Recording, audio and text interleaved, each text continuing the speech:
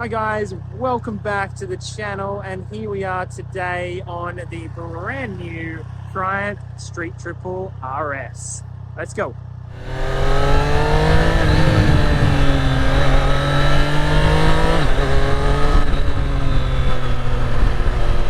Alright guys, so welcome back to another test ride, and today we are out on the brand new Triumph Street Triple RS. We recently reviewed the R model, and today we are out on the RS to give you guys a little bit of a comparison of the two models and to see if it really is worth going the RS for the road over the R model.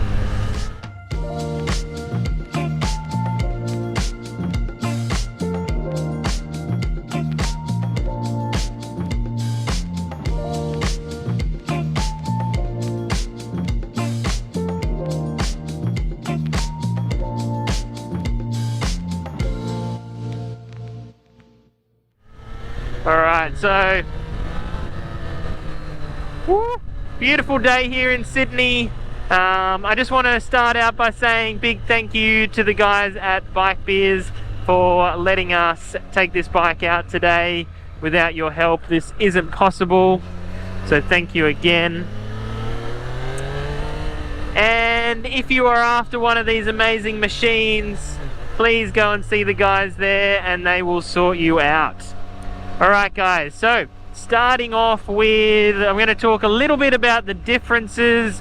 Obviously this being the RS model, there are a few little differences, which again, I think for the road it's not a massive difference. Obviously power is a little bit up on this model. I'll put up exactly what the figures are right now for you. This bike has the Öhlins rear shock, and also has the bigger Brembo stylemas, the M50s I believe they are, which you don't get on the R. So apart from that, also you get the rake of this bike is a little bit more, so it's a little bit of a taller machine. You're a little bit more sort of tunk it down over the handlebars a little bit, but again, not something that you really notice. I think it's very small.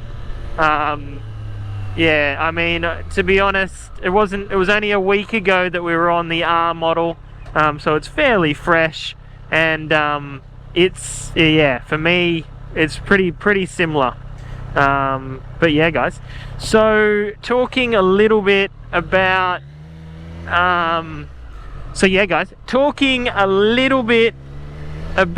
obviously it has that beautiful soundtrack of the 3-cylinder, which I just absolutely love. I know I go on about it all the time when I ride these bikes, but it is just an absolutely stunning engine. But yeah, so obviously the power is a little bit up.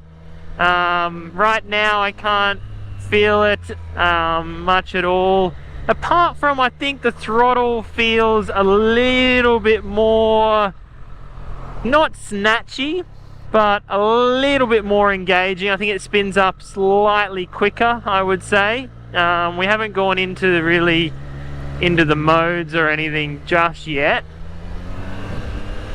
but yeah, we'll get into that. So yeah, obviously the bike feels a little bit more aggressive in the power delivery, as it should, being the RS model, and in the handling situation it just feels a little bit more sort of, yeah, like just a little bit more aggressive, you know, ready to sort of tackle those twisties. We're not going to get into obviously too many mountain roads today, which is a bit of a shame. I'd love to take you guys on some of the roads down south here in Sydney, to really show you what this bike is like. Hopefully sometime soon we'll be able to do that.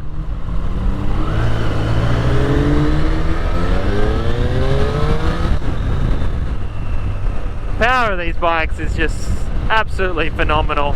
I think, you know, talking about a little bit about the engine again, is that you've got, let me just get past this, you've got the power right there. So obviously being a 3-cylinder, it's super torquey, you got lots of torque down low, but you've also got heaps of torque and power up high in the rev range. So yeah, I just think for, you know, around town, it's happy being at low revs, it's happy sort of, you know, at lower speeds. Alright, so cruising here at 70 kilometers an hour, talking about the wind as well on this bike. Obviously this bike isn't known to be a long sort of distance sort of bike, but I think you know, for a naked, you know, the wind's sort of hitting me from the chest onwards, but I actually think they've done a good job with how this bike's shaped, and it's not too bad at all. We'll just bring the speed up here to 90. Hopefully it's not too windy.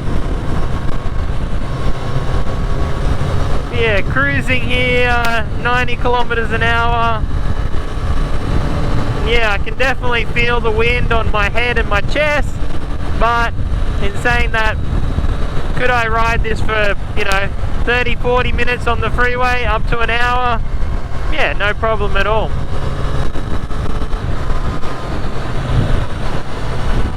To talk about that I love is the soundtrack of this bike. So obviously being Euro 5 as well, that the exhaust is not overly loud, but it has a beautiful soundtrack. This 3-cylinder just absolutely screams, and it actually for Euro 5 it actually sounds quite good. You don't necessarily even have to have an exhaust on there. I personally would. I love having exhaust on, especially a 3-cylinder, but in saying that, it doesn't need it.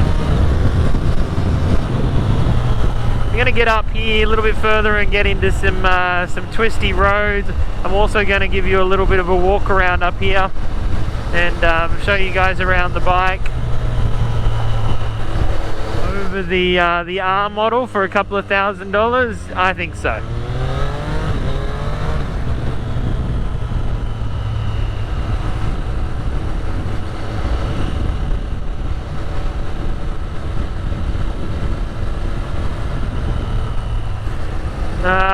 Let's see what it's like around these twisty roads here. See what the handling's like around this corner. And yeah, it just holds the line so well. Oh, you can really notice, like, between this and the R, the suspension, you know, you might think, oh, can I really tell? But yep. Oh, the power delivery, so nice.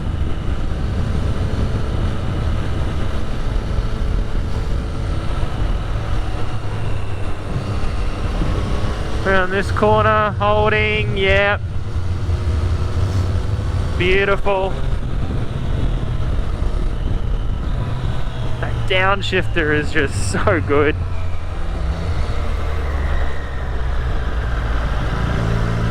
God, I love the handling of these bikes. So nice.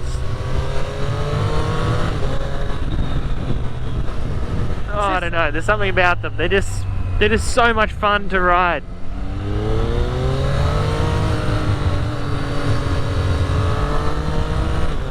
Oh, that quick shifter. So nice. Oh my God. I'm loving this bike, guys. Loving this model.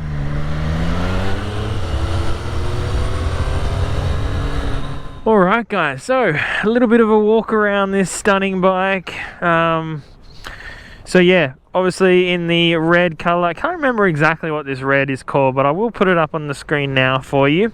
And I'll also put up the other colors, and my favorite, the yellow. But yeah guys, so obviously the differences between this and the R model, you've got the Öhlins rear shock there. You do have stickier tires standard as well. You got these Super Corsa SPs, which I really like. You've obviously got different graphics. You got the bar end mirror. So yeah, apart from that, you've obviously got the rake is a little bit steeper on this bike, not by much, but a little bit more aggressive. As you can probably tell when you're just looking at the bike, it's a little bit steeper in the head angle there. But yeah guys, beautiful looking bike. Let's jump back on and do some more riding. We're gonna go and find a few more twisty roads.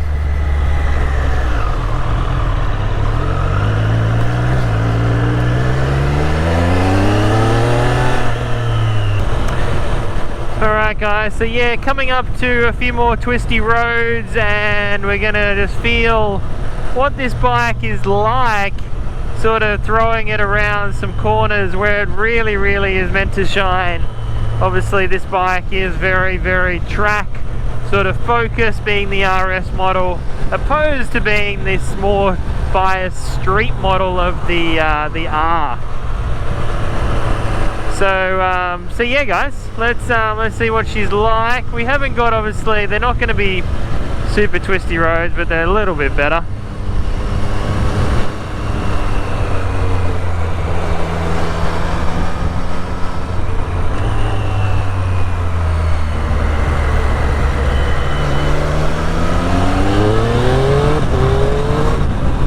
Oh yes, that power is so addictive.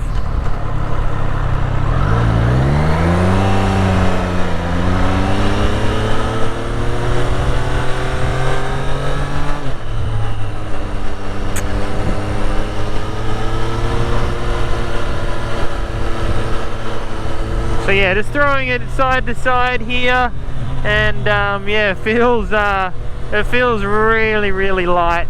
This bike does not feel like a heavy motorcycle at all.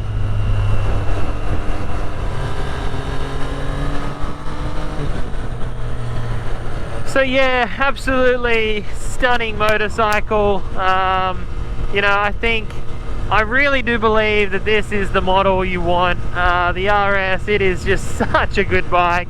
I think this is my favorite motorcycle of 2023, and hands down one of the best motorcycles you can buy. Oh, the power is addictive, the sound is addictive, the way this RS handles is just next level. You can really feel it. You know, I didn't think that I would feel it as much, but I just yeah, it just feels so much easier to throw around. It wants to sort of dive in a little bit more. You can